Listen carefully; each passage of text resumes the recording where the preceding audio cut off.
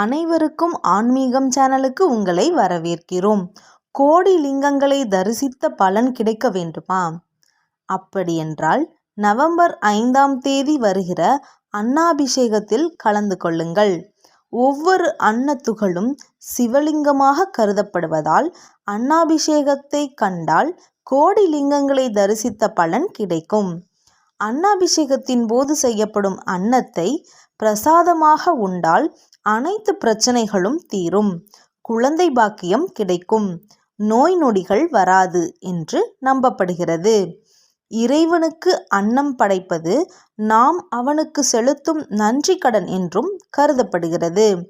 இந்த அன்னாபிஷேகத்தை தரிசிப்பவர்களுக்கு சொர்க்கம் நிச்சயம் கிடைக்கும். இதனால்தான் சோறு கண்ட இடம் சொர்க்கம் என்று கூறியுள்ளனர். ஐப்பசி பௌர்ணமியன்று ஈசனை மனதார வழிபட்டு நம் ஜென்ம வினைகளில் இருந்து விடுபடுவோம். நன்றி.